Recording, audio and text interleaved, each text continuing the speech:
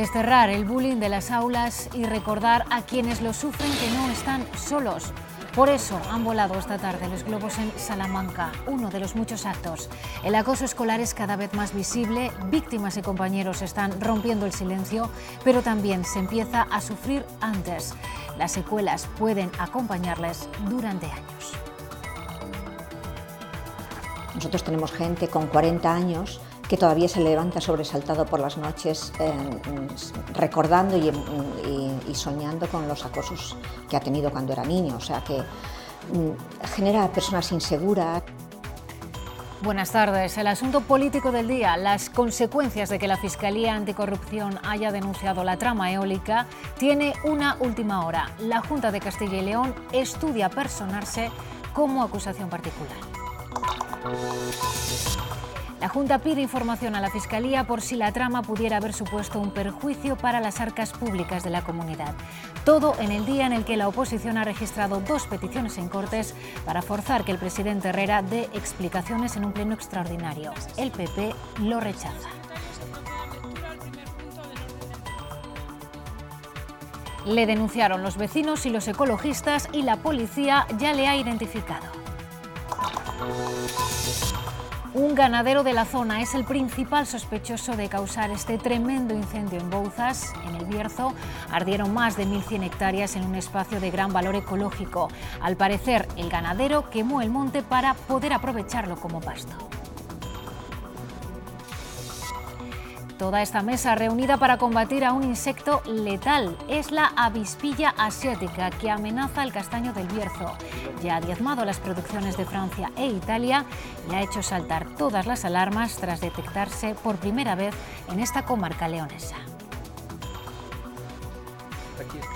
No es ni mucho menos gratuito atribuir a la música poder evocador. Nuestro cerebro la guarda en la memoria con tanto celo que es una de las zonas que más se resiste a la demencia o al Alzheimer. El que tenga un amor, que lo cuide. Música terapéutica. Escucharla estimula su memoria y les mantiene unidos a su propia identidad. Música que evoca una época, que se recrea en muebles y paredes. Es una terapia pionera que encontramos en una residencia de Valladolid. El tiempo seco y soleado nos seguirá acompañando mañana. Apenas tendremos algunas nubes por la tarde, de tipo alto en el oeste y de evolución en el sistema ibérico. Las temperaturas van a continuar subiendo con máximas que van a rebasar los 25 grados en algunas zonas de la comunidad. Es noticia de última hora, la Junta de Castilla y León está dispuesta a personarse como acusación particular en el caso de las eólicas si existe un perjuicio económico para Castilla y León. El Gobierno autonómico ha emitido esta misma tarde un comunicado en el que pide a la Fiscalía Anticorrupción que le facilite el contenido de la denuncia que sí que ha trascendido a los medios para poder tomar así las medidas que considere oportunas. Por segunda vez, la Junta de Castilla y León se dirige a la Fiscalía Especial Anticorrupción para reclamar información sobre la supuesta trama eólica en la comunidad. Lo hizo cuando el diario El País publicó hace 2 años un informe de la agencia tributaria en este sentido y vuelve a hacerlo este martes después de que el pasado sábado El Confidencial publicase que la Fiscalía se va a querellar contra 21 personas, entre ellas exaltos cargos del Gobierno regional. La consejera de Economía y Hacienda en su escrito manifiesta el interés de la Junta en conocer si ha habido perjuicio para las arcas de la comunidad y si lo hay, personarse como acusación. Reitera que la notificación de la resolución es esencial para saberlo y recuerda que desde que se abrió el proceso ha colaborado remitiendo cuanta información e informes le ha requerido la Fiscalía. Este comunicado llega en un día en el que los grupos políticos se han movido después de conocer este fin de semana la denuncia de la Fiscalía Anticorrupción. En las Cortes, PSOE e Izquierda Unida han registrado 2 peticiones para que el presidente de la Junta dé explicaciones sobre el asunto en un pleno extraordinario. Los socialistas creen que el presidente tiene responsabilidades invigilando e eligiendo a los señalados en la trama eólica. El PP cree que es precipitado.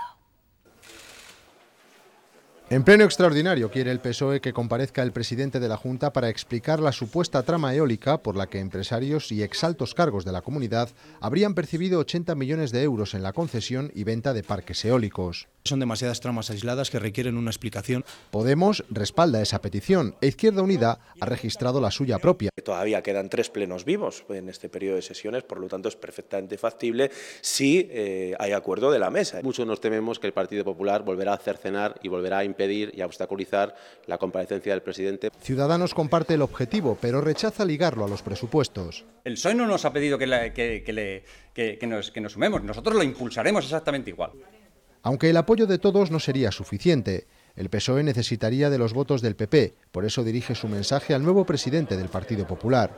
Tiene una magnífica oportunidad para demostrar si hay o no hay un nuevo Partido Popular en Castilla y León. Fernández Mañueco dice que hay que esperar. Nada mejor que los tribunales de justicia para que actúen. Y es tajante. Si hay una persona sobre la que se puede poner con tranquilidad la mano en el fuego es por Juan Vicente Herrera. No es la primera vez que los grupos de la oposición solicitan la comparecencia del presidente. Ya lo hicieron hace un año, después de que el propio Herrera cuestionase que no hubiesen incluido su nombre en la lista de 43 comparecientes que ya había aprobado la comisión creada para investigar el asunto. Ni la Junta ni el presidente se han negado a comparecer en una comisión de investigación a la que su comparecencia no ha sido solicitada.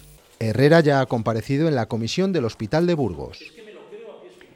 Y en las Cortes hoy también se ha intentado resolver el bloqueo que sufre el Consejo de Cuentas desde hace un mes, cuando la oposición echó por tierra su plan de fiscalización, que no es otra cosa que los informes que anualmente elabora este órgano. El problema es que la oposición, y es ahí donde no se ponen de acuerdo, quiere que el Consejo fiscalice a mayores, por ejemplo, las cuentas del Hospital de Burgos o el plan de empleo local.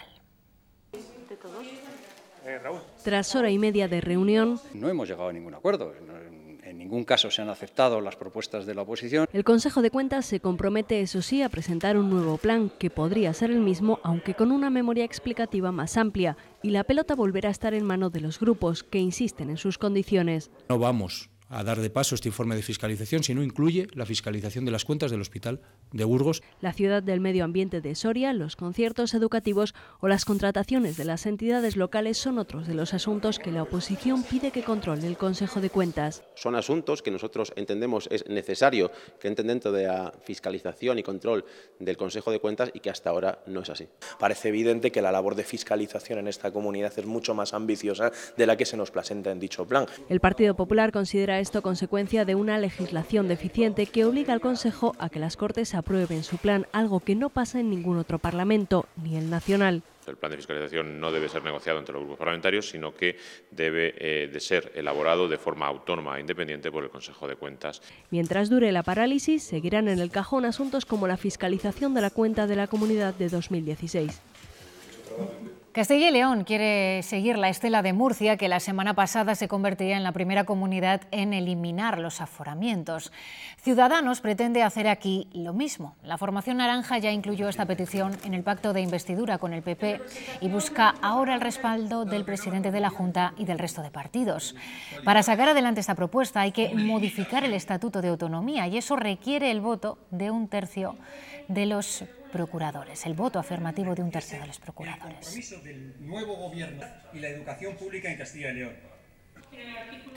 Y mientras en la Comunidad de Madrid el de hoy no ha sido un 2 de mayo festivo más, con su expresidente Ignacio González en la cárcel, Esperanza Aguirre dimitida, la sombra de la corrupción ha estado muy presente en todos los actos oficiales.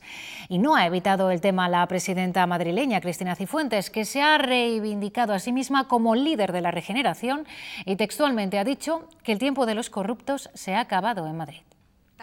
O de cualquier otra región. Hoy, más que nunca, todas las miradas estaban puestas en ella.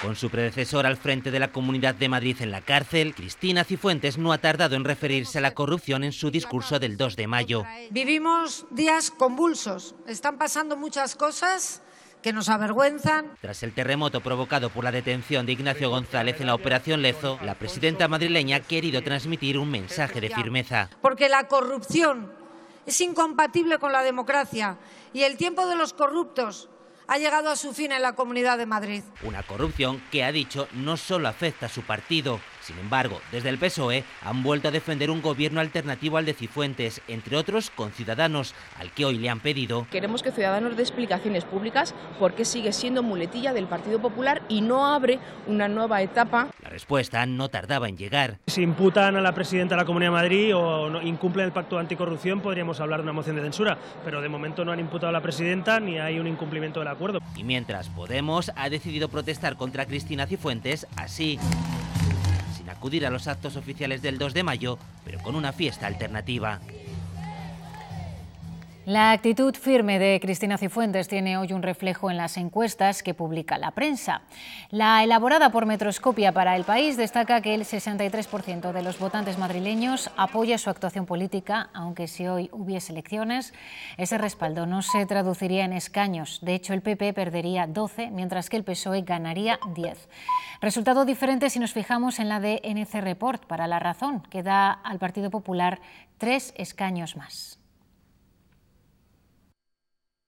Hay que trabajar mucho en la Comunidad de Madrid y hay que hacer también muchos esfuerzos y yo creo que eso es lo que se está haciendo en esta comunidad para ser transparente, para ser ejemplar y para dar a los ciudadanos un buen servicio público.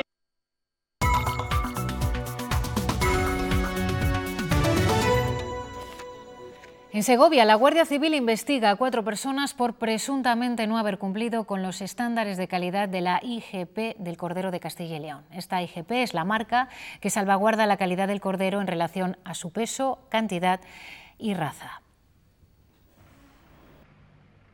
Los investigados son 2 etiquetadores, un operador y el director técnico de la IGP durante los años 2013 y 2014, presuntos autores de los delitos de falsificación documental y contra la propiedad industrial. La Guardia Civil ha intervenido 482 etiquetas y 712 vitolas a operadores no autorizados. Al parecer, los 2 etiquetadores las habrían repartido a su criterio y fuera del control del Consejo Regulador.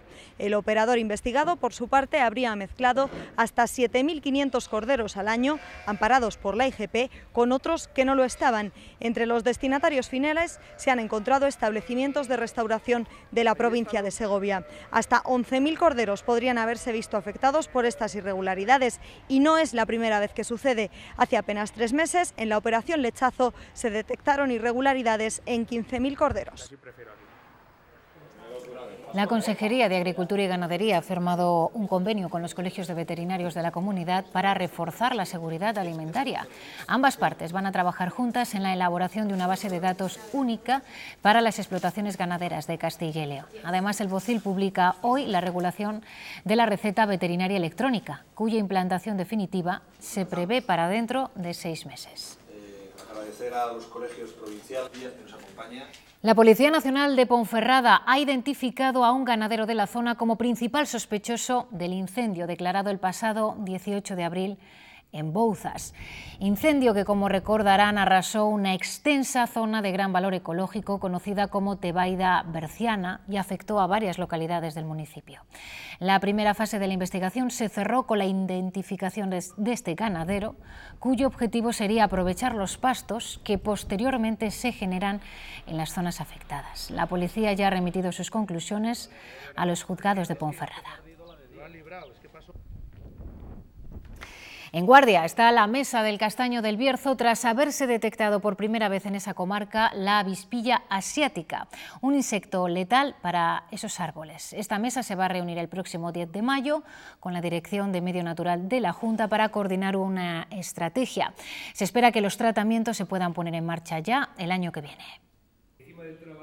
Máxima preocupación entre los castañicultores del Bierzo por un agente invasor que diezmó las producciones de Francia o Italia en más de un 60%. El Bierzo representa el 30% de la producción de todo nuestro país. La afección de ejemplares en la zona oeste hace sonar las alarmas. Ahora lo importante es la acción de la Junta y el Gobierno para soltar otro agente invasor que erradica la avispilla asiática. Este año será imposible. En 2017 no. Pero por lo menos ya se pueden dar los pasos. Ya hay en Castilla y León, ya se puede avanzar ante el Ministerio para su tratamiento. Que el Ministerio, que es la entidad responsable para la autorización del uso del Torimus sinensis, pues bueno, pues que esa autorización llegue lo antes posible para poder utilizar el Torimus para el control de esta grave plaga que ya afecta a nuestros castaños. Las consecuencias podrían ser visibles en 2 o 3 campañas. La castañicultura genera 15 millones de euros al año en el Bierzo. El Consejo Regulador de la Denominación de Origen Vinos Tierra de León pedirá la declaración de zona catastrófica después de los daños ocasionados por las heladas de los últimos días. Estiman que las pérdidas pueden llegar al 85% de las 1.300 hectáreas cultivadas y que repercutirá tanto en la cantidad como en la calidad de la próxima cosecha. La verdad es que ha sido un palo muy fuerte y la cosecha, lógicamente, de este año se va a resentir y tenemos que ser muy transparentes, tanto en cantidad como, me atrevería a decir, como en calidad. Una mala cosecha. La falta de lluvias y las heladas que han vivido muchos puntos de nuestra comunidad estos últimos días dibujan un futuro próximo no muy halagüeño para el campo castellano y leonés. Desde UCCL Valladolid, que este año cumple el 40 aniversario de su creación, ofrecen datos que hablan de pérdidas de cerca de un 60% en zonas cerealistas como Palencia o Valladolid. Esto tiene pinta a día de hoy de ser bastante peor que el año 1992. Pues a nivel regional, excepto la zona centro de Burgos y norte de Burgos, el resto de la comunidad autónoma sería comparable a la provincia de Valladolid. Hay zonas donde está perdido el 60%, como puede ser Palencia, toda la zona centro de Palencia, zona sur de Palencia, que son de las provincias cerealistas. Y agua es lo que se quiere vender en Covaleda. El ayuntamiento de este municipio soriano quiere implantar una embotelladora en el pueblo y aprovechar así el manantial de la zona de El Merendero. El proyecto, sin embargo, va despacio. 432.000 litros al día. Esa es la cantidad que sale del manantial de Covaleda, en la zona del Merendero, y que desde el ayuntamiento buscan sacarle partido a través de la creación de una embotelladora. Bueno, pues ahora estamos en un momento, digamos, en una fase media, porque en principio ya se han hecho todos los estudios de caudal y de calidad de las aguas. Pero no está siendo un camino fácil. Es necesario completar el trámite de la declaración para el aprovechamiento de aguas de manantial, un proceso largo. Eso es un trámite que más o menos dura un año. Todos los meses hay que hacer una analítica y al final, si la analítica cumple con los requisitos que exige la ley, pues habría una declaración apta de agua de manantial. A esto se suma otro asunto aún sin cerrar. ¿Quién será el empresario que invierta en esta localidad? Había un empresario norteamericano interesado, ¿vale?, en el agua de Covaleda, pero bueno, con las últimas elecciones en Norteamérica salió elegido Trump y parece ser que es muy complicado llevar productos que no sean americanos. Un proyecto con el que se espera dar salida en un futuro no muy lejano a ese casi 500.000 de litros que van a parar cada día al río Duero. La continuidad o no de Garoña sigue enfrentando a sus dos propietarias.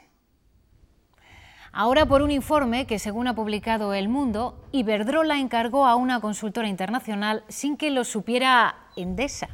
Ese informe, presentado en la reunión del pasado 26 de abril, afirma que sería mejor cerrar Garoña, pues la reapertura generará unas pérdidas de casi 1.000 millones de euros. Endesa duda de esas cifras y se mantiene a la espera de la decisión del Gobierno.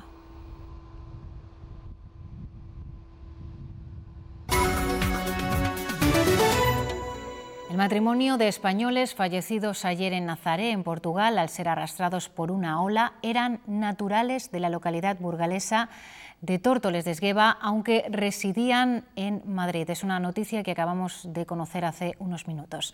En más asuntos, un bebé de 2 meses ha sido ingresado en Burgos tras administrarle, supuestamente por error, una vacuna para niños de 14 años. El juzgado está investigando si ha habido negligencia médica, tal y como ha denunciado el padre de la pequeña. El bebé de tan solo 2 meses lleva ingresado en este hospital universitario de Burgos desde el pasado jueves. Al parecer se le administró por error una vacuna para niños de 14 años en el centro de salud de Melgar de Fernamental. El padre de la niña ha presentado una denuncia por supuesta negligencia médica contra la enfermera que le puso dicha vacuna. La niña deberá permanecer ingresada en este hospital durante al menos 15 días en reposo total. Es una de las caras más trágicas de la infancia, el acoso. Hoy se celebra el Día Internacional contra el Bullying con una cifra contundente sobre la mesa. El número de casos denunciados ha crecido en el 240% en los últimos 2 años en nuestro país. Un fenómeno empeorado por el mal uso de móviles y redes sociales. Hoy se subraya la importancia de la denuncia y la detención temprana en actos como este, que ha tenido lugar en Salamanca, con globos y con lazos de color azul.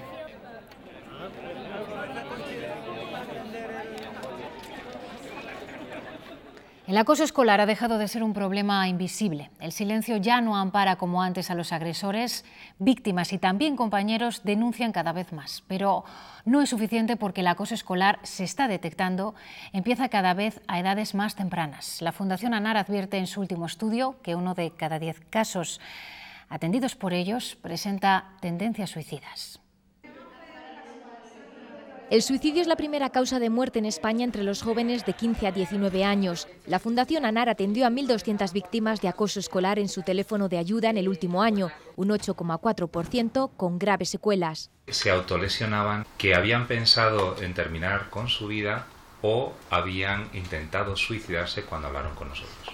Esas ideas pueden llegar a manifestarse incluso en la escritura. Es la agenda de Diego, víctima de acoso. Antes de suicidarse, la llenó de tachones y letras temblorosas. Eso nos va a representar la ambivalencia, la inseguridad, cierto desorden en la persona. En la Asociación Salmantina contra el Acoso Escolar, un grafólogo analiza la escritura de víctimas o agresores.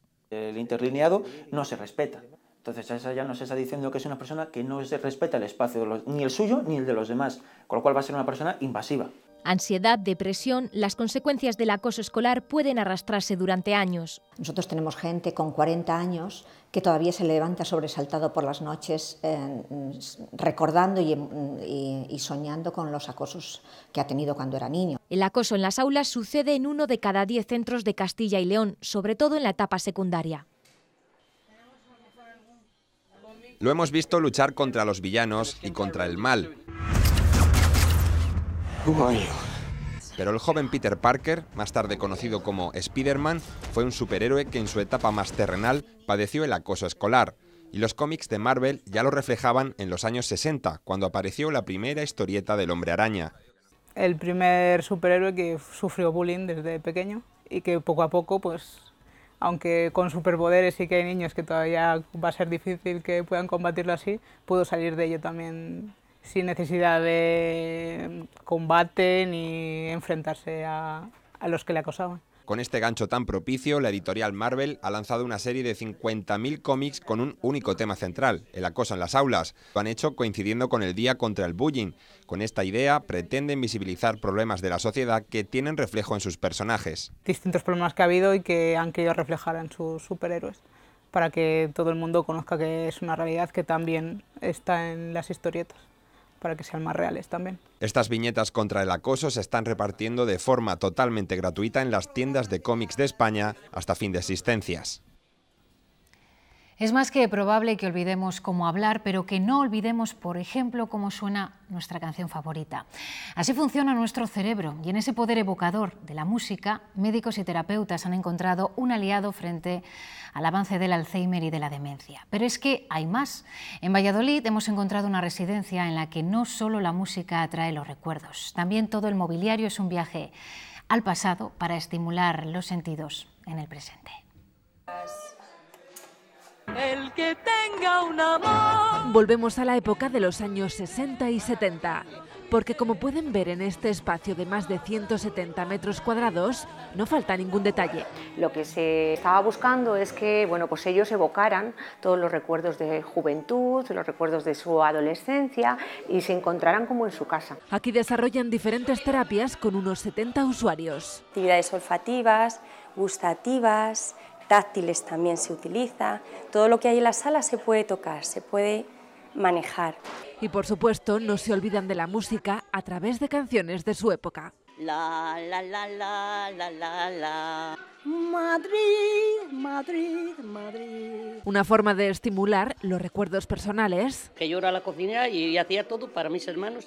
Ala, ponte a hacer la comida, ponte a esto. Y yo la hacía. A través de un entorno ya conocido para ellos. En la época de antes daban churros, pero había cola para cogerlos. Y así ejercitan la memoria. Tengo 3 bodegas, un corral de las ovejas muy bueno. José cuenta cómo conoció a su mujer, mientras Justina sigue acunando a su bebé. El proyecto lleva en marcha 3 semanas con el objetivo de mejorar su calidad de vida y sobre todo retrasar el avance del deterioro cognitivo.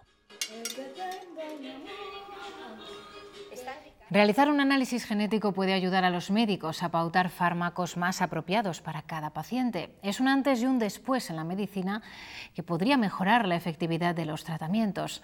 Zoraida Verde ha recibido el premio al joven investigador por sus estudios sobre la genética humana. La investigación genética puede ayudar a especificar qué medicamentos son más efectivos para cada persona o cuál es la dosis exacta que debemos tomar. Es una de las conclusiones a las que ha llegado la investigadora soriana Zoraida Verde y que pueden cambiar el futuro de la medicina farmacológica. La idea de este tipo de análisis genético es hacer una medicina mucho más individualizada. Es que alguien, antes de pautarle cualquier tipo de tratamiento, tú ya sepas cuál le iría mejor, ¿no? Con todo lo que ello conlleva. O sea, aparte de una dosis mucho más segura, evitar fármacos que no valdrían para nada o incluso generan efectos secundarios que en ningún momento serían deseables. Esta científica ha logrado el premio Joven Investigador que otorga la Asociación Española de Genética Humana a su trayectoria. Sus estudios pueden hacer que los médicos no tengan que probar con diferentes tratamientos, un avance que podría ahorrar muchos costes a la seguridad social. Si tú tienes en cuenta todos los ingresos por efectos secundarios, etcétera, etcétera, y todos los costes de consultas a las que acude el paciente cuando no le ajustan correctamente la dosis, sí que compensa hacer un análisis genético previo. Y por supuesto evitar riesgos para los pacientes. La investigación es el futuro y ella ha optado por seguir desarrollándola en Soria, su ciudad natal.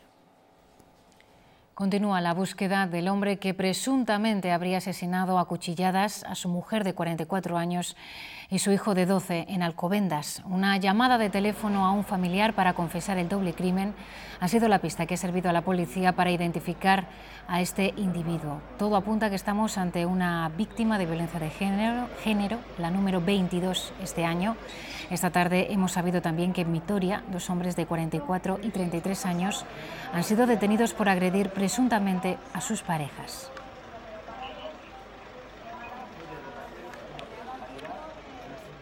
Y miramos fuera de España. La oposición en Venezuela vuelve a tomar las calles de las principales ciudades contra el segundo intento de golpe de Estado de Nicolás Maduro en menos de un mes. El presidente quiere reformar la Constitución para anular la mayoría opositora del Congreso. Ellos que se quedó por fuera. Da un paso más en su giro autoritario con esta convocatoria. A la Asamblea Nacional Constituyente, ciudadana y popular. Con esta firma, Nicolás Maduro inicia el camino para redactar una nueva constitución en Venezuela hecha a su medida, porque el chavismo controlará a la inmensa mayoría de los 500 delegados que debatirán el texto. Así, Maduro trata de anular a la mayoría de la oposición en el Congreso, unas intenciones que no disimulaba poco antes en la manifestación del 1 de mayo. Con el objeto de transformar el Estado, necesitamos transformar el Estado, sobre todo esa Asamblea Nacional podrida que está ahí. Para la oposición, Maduro sigue intentando dar un golpe de Estado. Es una estafa para engañar al pueblo venezolano con un mecanismo que no es otra cosa que agravar el golpe de Estado en Venezuela. El anuncio de Maduro se ha producido en una nueva jornada de protestas contra el régimen en Caracas y las principales ciudades del país. La oposición ya lleva un mes manifestándose en las calles en unas marchas en las que han muerto al menos 28 personas. Desde hace meses, la sombra de la sospecha se cierne sobre Moscú por su posible injerencia en elecciones de otros países como Estados Unidos o Francia. El presidente ruso Vladimir Putin lo ha negado hoy rotundamente durante una cumbre bilateral con Angela Merkel. Vladimir Putin niega que Rusia intente influir en las elecciones de otros países a través de hackers. Lo ha dicho en una reunión con Angela Merkel, en la que han mostrado sus diferencias sobre la crisis de Ucrania y sobre Chechenia, donde la canciller alemana ha exigido que cese la persecución contra los homosexuales. Ha plagiado parte de un discurso de François Fillon, el candidato popular eliminado en primera ronda. Marine Le Pen suma así una nueva polémica mientras sigue creciendo en las encuestas. El centrista Macron continúa liderando los sondeos, pero el aspirante del Frente Nacional ha conseguido remontar 4 puntos en menos de una semana. Donald Trump está dispuesto a hacer lo contrario a todos los demás presidentes de Estados Unidos. Dice que si Congreso y Senado no aprueban sus presupuestos, provocará un cierre de gobierno, una situación en la que la administración suspende la prestación de servicios no esenciales. Hasta ahora, los cierres de gobierno se han producido por el bloqueo de las cámaras, no porque los provoque la Casa Blanca. No pierdan detalle de este niño de solo 2 años que ha dado este enorme susto a su abuela en un despiste. Cruza una calle en el sur de China y se mete debajo de 2 coches que no han podido verle. Afortunadamente, todo ha quedado en una anécdota. ¿Cuál es la leche sin lactosa? La B. B. Bueno, aunque la A. No, pero la B también. La B. La A. Solo sabrás que es leche sin lactosa si te lo dicen. Disfruta de la nueva Pascual sin lactosa. Sabe también cómo te sienta. Pocas horas quedan de festividad en Ávila. Su patrón, San Segundo, ha sido venerado con una misa y con una procesión por la ciudad amurallada. Mientras, los abulenses han cumplido con otra tradición, la de pedir 3 deseos al santo y acudir a la subasta de regalos en su honor. San Segundo ha bailado al son del grupo Urdimbre. Las gaitillas sirven de guía al santo. Es uno de los momentos más emotivos que esperan todos los abulenses al ver salir al santo por la puerta de la catedral. Los gigantes y cabezudos anuncian su llegada. Impresiona por el volumen, la altura. Y muy bien. Es una tradición, un día marcado de generaciones abulenses por ver a su primer obispo y fundador de la Iglesia en las calles de la ciudad amurallada. Una fiesta que ha ido cambiando con el paso de los años. Al santo le cargaba la gente espontáneamente, no los cofrades, el que quería y tal. Luego ya llevamos 3 años que se creó un grupo de anderos. Esta larga espera para poder entrar en la ermita del santo se sobrelleva con almendras garrapiñadas y obleas porque han pasado 2 años desde que se introdujeran los pañuelos por última vez en el basamento de su sepulcro, después de las obras en el lugar. Pues es la tradición que se lleva de muchos años para meter pañuelos, pide 3 deseos y según se concede, vamos, pero tiene que ser hoy, el día hoy. ¿Y qué nos dicen de la subasta de regalos de la que no pierde detalle nadie? Pidan cualquier regalo, que lo mismo San Segundo se lo concede. Y como cada 2 de mayo, la Academia de Artillería de Segovia ha recordado los hechos heroicos de los capitanes Daoíz y Velarde. Una celebración en los jardines del Alcázar, en la que han participado alrededor de 300 artilleros, entre alumnos y mandos. Tras recordar el papel de Daoíz y Velarde en el levantamiento de 1808 contra las tropas francesas, se ha colocado una corona de laurel en la placa homenaje a los artilleros fallecidos por la patria. León quiere aprovechar el tirón de la Casa Botines para aumentar el turismo asiático y convertirla en referente cultural de la ciudad. La Fundación Gaudí contribuirá a atraer nuevos visitantes con la petición que prepara para que toda la obra del arquitecto catalán sea declarada Patrimonio de la Humanidad. Hasta hace 3 semanas los turistas solo podían hacer fotos del exterior de la Casa Botines. Era una pequeña joya que pasaba un tanto desapercibida, más allá del eco de Gaudí, un nombre legendario que no traspasaba, sin embargo, la fachada de un edificio diferente. Abrir sus puertas ha permitido que afloraran sus secretos y que sepamos, por ejemplo, que Gaudí quiso amoldar la obra a la monumentalidad que tanto le sorprendió en aquella ciudad de provincias, y eso la hace única. Despierta mucho interés y además con relación muy especialmente a un turismo que nosotros queremos potenciar sobremanera, el turismo japonés, el turismo asiático. La promoción aún ha sido discreta, el proyecto está en sus inicios. Para impulsarlo se contará con la colaboración de la Fundación Gaudí, que además persigue la declaración de Patrimonio de la Humanidad para toda la obra del artista catalán, y la Fundación España Duero pelea para que la Casa Botines tenga mucho peso. Cambian las formas con respecto a la obra de Gaudí, lo cambia todo. Estamos entonces en presencia de un edificio completamente único, tanto en León como en la obra de Gaudí. Las cifras oficiales hablarán cuando se cumpla el primer mes, pero los cálculos apuntan a unos 4.000 visitantes y en torno a 18.000 euros recaudados en estas 3 semanas. Un buen comienzo para un edificio que cuesta mantener 300.000 euros al año, cifra que aumentará cuando se hayan recreado el almacén de telas, el banco y las viviendas, los usos que propiciaron y marcaron la vida de esta joya modernista.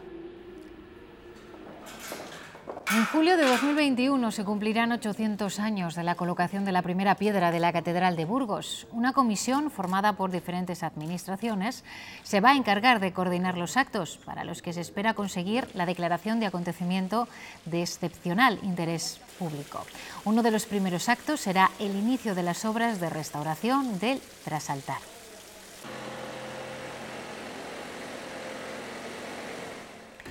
El Espacio Joven de Salamanca acoge desde hoy una nueva exposición que en este caso nos propone un viaje al otro lado del Atlántico. Se trata del trabajo de Javi Borrego, una mirada social sobre La Habana a través de sus instantáneas. Desde Salamanca y con esta exposición hoy nos despedimos. Ahora llegan los deportes. Hasta mañana, ya lo saben, les esperamos y feliz noche. Adiós. Es la primera vez que Javi Borrego expone su trabajo, una treintena de fotografías sobre su viaje de fin de carrera el año pasado a La Habana, Cuba. Instantáneas que nos proponen otra visión del país más social. Es el reflejo de momentos de la vida cotidiana cubana, de sus gentes y sus vidas. Momentos cargados de color. Pues son reflejo de momentos, entonces pues bueno, entre mis fotografías favoritas pues tenemos una que hay aquí, en la que se ve unos músicos en el malecón de La Habana tocando, es una fotografía que me transmite un buen momento. Hay fotografías como la del cartel de la exposición, que es de una señora que encontramos sentada en la calle y es una fotografía con mucho color y bueno, pues que al final transmite, pues no sé, lo que es La Habana en general, es color, es pues un sitio, un lugar diferente a lo que estamos acostumbrados a conocer. Una muestra que nos propone viajar desde la sala de exposiciones. Se podrá visitar hasta el 15 de mayo en el Espacio Joven. Para divertirse, no pagaron en la puerta, no hay tiempo para tristeza, vamos cantante comienza. Me paran siempre en la calle, mucha gente que come